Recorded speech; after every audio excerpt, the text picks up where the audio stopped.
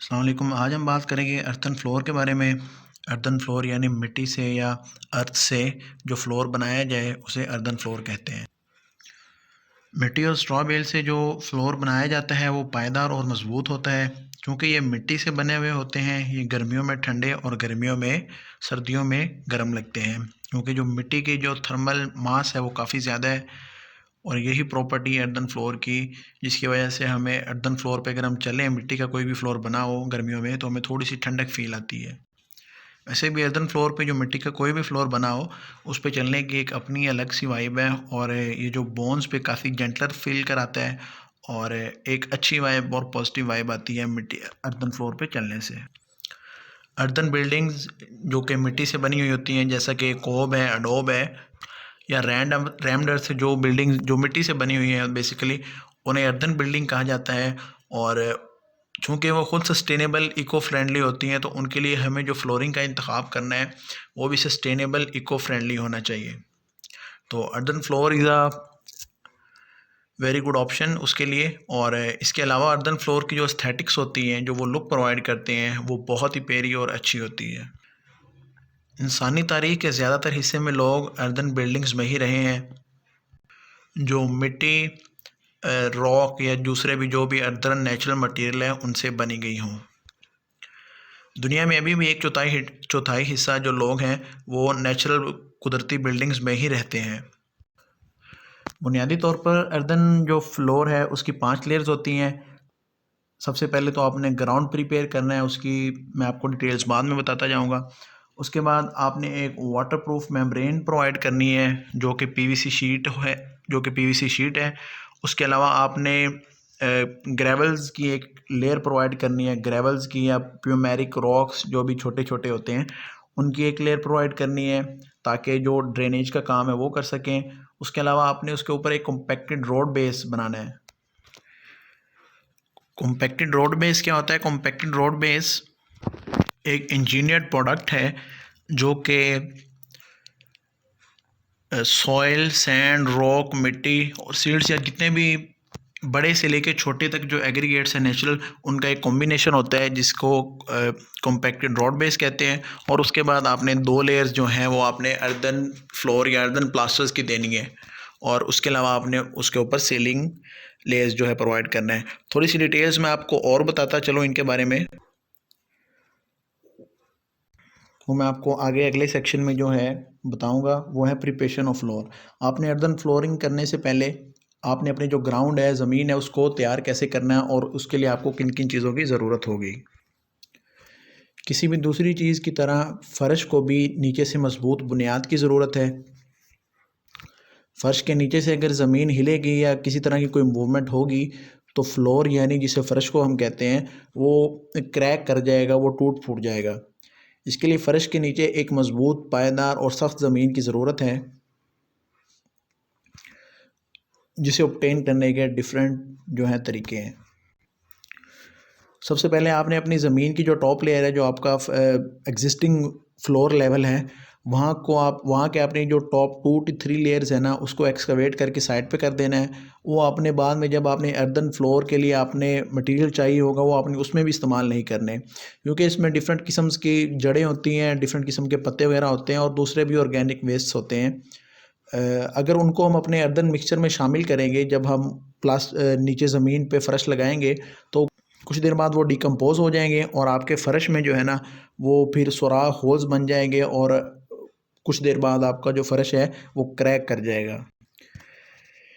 एक सबसे अहम जो मोस्ट इम्पोर्टेंट बात ये है कि आपका जो फ़र्श का लेवल है ना, वो रोड लेवल से थोड़ा सा ऊपर होना चाहिए, या फिर अगर आप कमरे का कर रहे हैं तो उसका जो लेवल है ना, वो आपके दूसरे जो ग्राउंड फ्लोर है या दूसरा जो ग्राउंड का लेवल है उससे ऊपर होना चाहिए, ताकि अगर पानी आए तो पानी आपके फ्लोर को नीचे से सीप ना करे, जिसकी वजह से वो कोई भी पानी की वजह से प्रॉब्लम ना हो।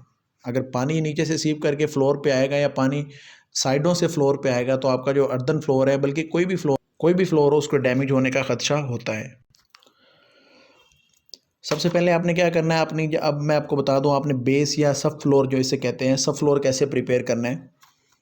सबसे पहले आपने जो आपका एग्जिस्टिंग ग्राउंड है उसे थोड़ा सा कॉम्पैक्ट कर लें। सबसे पहले तो सॉरी आपने वो 2 इंच वाली या 3 इंच वाली जो लेयर है वो आपने निकाल के साइड पे करके, उसके बाद आपने जो आपकी जो अब लेवल आया है ना उस पर आपने थोड़ी सी कॉम्पैक्शन करनी है। इस तरह कॉम्पैक्ट करना है कि अब लगे भी ज़मीन जो है वो और ज़्यादा कॉम्पैक्ट नहीं हो सकती। उसके ऊपर आपने रोड़ी डालनी है। रोड़ी या कोर्स एग्रीगेट कोई भी जो स्टोन होते हैं पत्थर पे, जो रेलवे के पटरियों पे पड़ा होता है उस साइज़ का पत्थर, या फिर अमूमन जो है हमारी जो कन्वेंशनल बिल्डिंग्स में होती है उनकी फाउंडेशंस में भी रोड़ी डाली जाती है। आप ईंटें ले लें और ईंटों को कूट कर रोड़ी बना लें, जिनका साइज़ जो रेलवे के पत्थर पे पड़े हुए होते हैं पत्थर उन जितना होना चाहिए। और उसको जो है आप 3 से 10 इंच तक आप जो है ना 3 से 10 इंच तक वो लेयर प्रोवाइड करें। और 4-4 इंच के बाद आपने लेयर की कम्पेक्शन करनी है। यानी अगर आप 10 इंच रोडी प्रोवाइड करना चाह रहे हैं तो पहले 4 इंच प्रोवाइड करें, फिर उसको थोड़ी से या धमूसे से दरमाले से कूटें अच्छी तरह, ताकि जो है वो स्पेसिस कम हो, और फिर ऊपर नई 4 इंच की लेयर करें। ये जो है ये हमें सब फ्लोर प्रोवाइड कर देगा। अब जो है ना सब फ्लोर की प्रिपरेशन इतनी थी, इसके बाद आपका जो है वो अर्दन फ्लोर का पार्ट स्टार्ट हो जाता है। जो मैंने पहले 5 लेयर्स बताई थी ना, इसके बाद वो स्टार्ट होगी। आपने रोडी के ऊपर आपने प्लास्टिक शीट डाल लेनी है, ताकि इन केस फ्यूचर में पानी नीचे से सीप करता है या रोडी के थ्रू पानी आता है तो वो प्लास्टिक शीट से ऊपर ना जाए। प्लास्टिक शीट जो है वो वाटरप्रूफ मेम्ब्रेन का काम करती है, इसे वेपर बैरियर भी कहते हैं। अच्छी सी आपने प्लास्टिक शीट लगा देनी है, ताकि ना पानी ऊपर से नीचे जाए ना नीचे से ऊपर जाए। ऊपर से तो वैसे भी आना नहीं चाहिए, लेकिन नीचे से जो है आपने पानी उसका जो आपको फ्लो कंट्रोल करना पड़ेगा। वाटरप्रूफ मेम्ब्रेन के बाद आपने इंसुलेशन के लिए एक लेयर प्रोवाइड करनी है। ये लेयर ऑप्शनल है, ये तब प्रोवाइड की करते हैं जब आपने अपने फ़र्श का लेवल ऊंचा करना हो। ये ग्रेवल्स की हो सकती है, ये सिल्ट्स की हो सकती है, या जो है बजरी की हो सकती है ये लेयर। इसकी जो आपने थिकनेस रखनी है वो 2 से 8 इंच रखनी है, और उसी तरह 3 या 4 इंच के बाद आपने हर लेयर की कॉम्पैक्शन करनी है। यानी आप 3 इंच एक की लेयर दे दें, फिर कॉम्पैक्ट करें, फिर 3 इंच की लेयर दे दें, फिर कॉम्पैक्ट करें। इसकी जो थिकनेस होती है ना इस लेयर की, वो 2 से 8 इंच के दरमियान वेरी कर सकती है। ये लेयर प्रोवाइड करने के बाद आपने जो रोड बेस है वो प्रोवाइड करनी है। रोड बेस मैं आपको पहले भी बता चुका हूँ क्या होता है। रोड बेस एक इंजीनियर्ड प्रोडक्ट है, जो कि रॉक, सैंड, सिल्ट या किसी भी किस्म का जो है वो हमें उसका एक मिक्सचर होता है। बड़े एग्रीगेट के साइज़ लेके छोटे एग्रीगेट का साइज़ का जितना भी नेचुरल मटेरियल्स होते हैं उनका एक मिक्सचर होता है। और ये जो आपने रोड बेस प्रोवाइड करनी है ना, ये आपने 2 से 5 इंच तक जो है ये आप प्रोवाइड कर सकते हैं। यूजुअली 3 इंच प्रोवाइड की जाती है। यहाँ तक जो है वो अर्दन फ्लोर की जो है वो बेस कह लें वो प्रिपेयर की गई है। इसके बाद अर्दन फ्लोर का जो खुद मिक्सचर है वो डाला जाता है, जो कि 3-4 टाइप्स का हो सकता है, जिसकी डिटेल्स मैं बाद में बताता हूँ। या तो आप ये 4-5 लेयर्स प्रोवाइड कर दें, या फिर आप इसका एक मुतबादिल ये है कि आप पीसीसी प्रोवाइड कर सकते हैं। अगर आप ये प्रोवाइड नहीं करना चाह रहे तो आप सिंपल जो भी है आप सिंपल अपनी वाटरप्रूफ मेम्ब्रेन के बाद पीसीसी प्रोवाइड कर दें 3 या 4 इंच की। पीसीसी क्या होता है? पीसीसी प्लेन कंक्रीट को कहते हैं, और वाटर, बजरी, सीमेंट और पानी का एक मिक्सचर होता है जिस तरह कंक्रीट बनता है। पीसीसी की जो रेशो होती है वो 1:8 होती है। लेकिन अर्दन बिल्डिंग्स के लिए हम कोशिश करते हैं कि वो प्रोवाइड ना करें, इसलिए आपको ये सब बताया गया है। लेकिन ये उसका अगर आप उसका अल्टरनेटिव ढूंढना चाह रहे हैं, उसका अल्टरनेटिव ये है। या फिर आप अगर लाइम प्लास्टर इस्तेमाल करना चाह रहे हैं तो आप लाइम कंक्रीट जो है वो भी प्रोवाइड कर सकते हैं। लाइम कंक्रीट जिसे बुझा चूना भी कहा जाता है, इसमें ये करते हैं हम रेत, बजरी और सीमेंट की बजाय हम जो है बुझा हुआ चूना जिसे स्लेक्ड लाइम कहते हैं वो इस्तेमाल करते हैं और इसे पानी से मिक्स करते हैं। लाइम इटसेल्फ एक नेचुरल प्रोडक्ट नहीं है, लेकिन लाइम को अगर कहीं रखा जाए या उसका मिक्सचर बनाया जाए तो ये एटमॉस्फेयर से कार्बन डाइऑक्साइड जो है वो अब्सॉर्ब करता है, और इस तरह वो इको फ्रेंडली और सस्टेनेबल इन्वायरमेंट में कंट्रीब्यूट करता है। अब रोड बेस के बाद आपने जो है वो किसी दो लेयर्स प्रोवाइड करनी होती हैं आपने अर्दन प्लास्टर की। अर्दन प्लास्टर की जो रेशोज़ या डिफरेंट किस्म के अर्दन प्लास्टर इस्तेमाल कर सकते हैं वो मैं आपको बता देता हूँ। सबसे पहले है लाइम मड प्लास्टर। इसमें जो लाइम इस्तेमाल होता है वो स्लेट लाइम होता है, जिसे भुजा चूना कहा जाता है। सबसे पहले एक जाली वाली जो विंडो जाली वाली होती है वहाँ से आप अपनी जो मड है उसे पास करवाते हैं, और जो मड उस स्क्रीन से पास की गई होती है, उस जाली से पास की होती है, उसे आप यूज़ करते हैं। आप 1:1 रेशो से जो है वो अपने पार्टिकल्स को मिक्स करते हैं, मटेरियल को मिक्स करते हैं, विद 1 बीइंग एक जो है उसमें लाइम का पार्ट है, 3 जो है उसमें आपकी मड के पार्ट हैं, और एक जो है उसमें स्ट्रॉ बेल का पार्ट है। चॉप्ड स्ट्रॉ या कटा हुआ भूसा जो है वो आपने डालना है इसमें। उसको फिर आप अच्छी तरह मिक्स करते हैं, और वाटर आपने थोड़ा सा कम डालना है। इसकी जो कंसिस्टेंसी होनी चाहिए वो तकरीबन सेमी सॉलिड स्टेट में होनी चाहिए।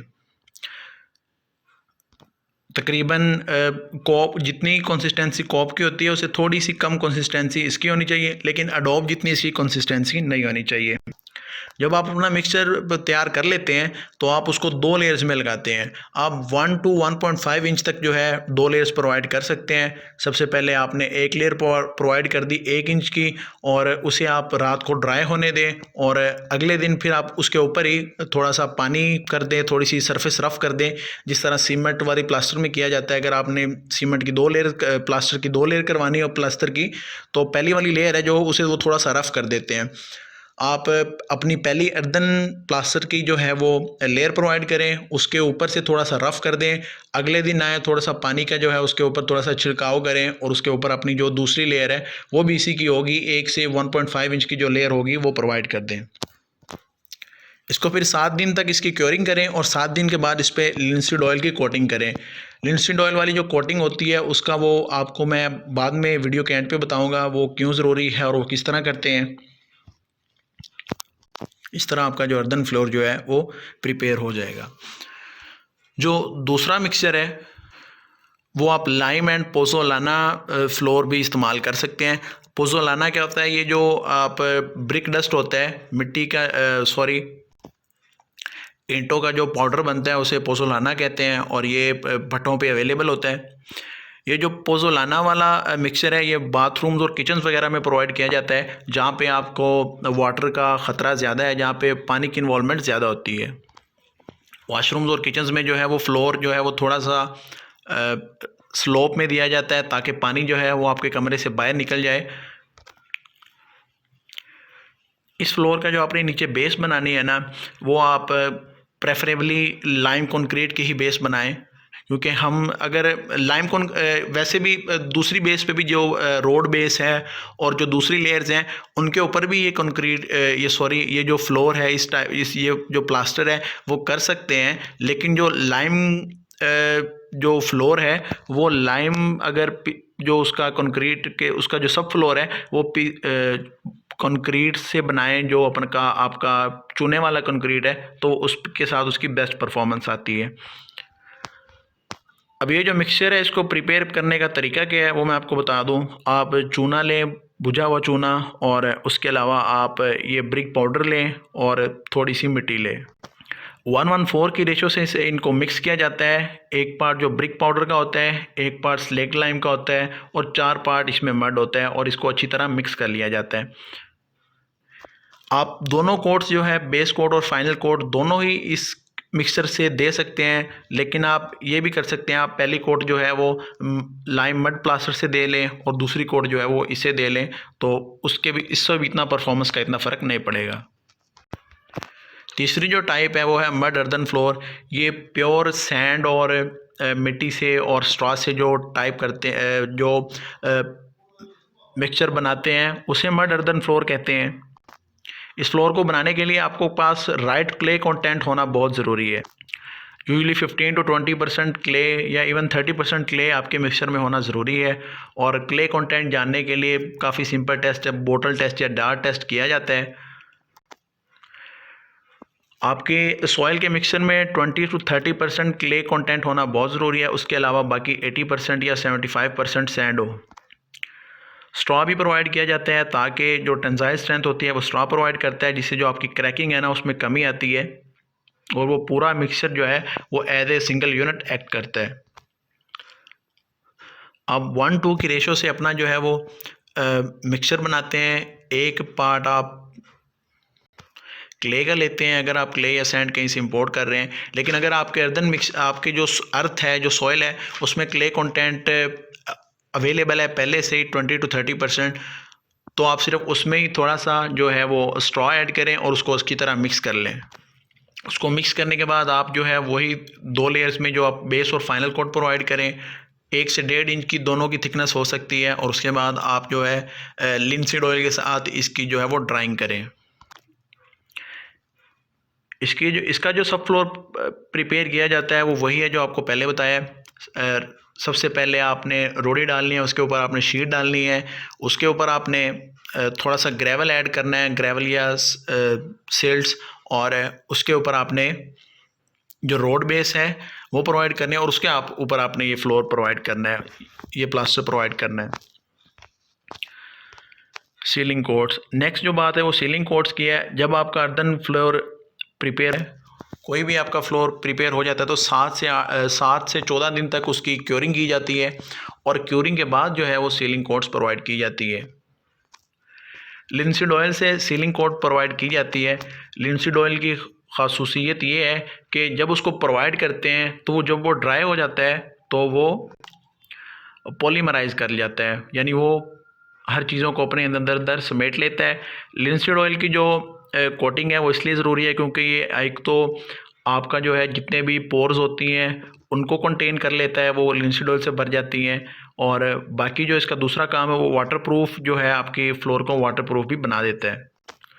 लिनसीड ऑयल को भी कोट्स में दिया जाता है, आप 3 से 4 कोट्स इसके अप्लाई करते हैं, और सबसे पहले आप इसको बॉयल करते हैं और फिर आप इसको जो है किसी भी ब्रश से या जो पेंट वाला ब्रश होता है वहाँ से इसको आप सिंपल अपनी फ्लोर पे जो है वो अप्लाई कर दें, और उसके बाद जो है उसको रात ड्राई होने दें, या फिर इवन बाज़ लोग कहते हैं उसे 7 दिन तक ड्राई होने दें, और उसके बाद उसके अगली कोट करें। अगर कोई क्रैक्स आपके फ्लोर में मौजूद हैं तो उन फ्लोर्स का आप अर्दन मिक्सचर से पहले क्रैक जो है फिल करें। लिनसीड ऑयल को क्रैक फिल करने के लिए इस्तेमाल नहीं किया जाता। हर फ्लोर को जो है वो 7 दिन तक ड्राई किया जाता है, हर कोटिंग को सॉरी, और उसके बाद यूजली 2 to 3 कोट्स अमूमन जो है वो दी जाती हैं। Thank you.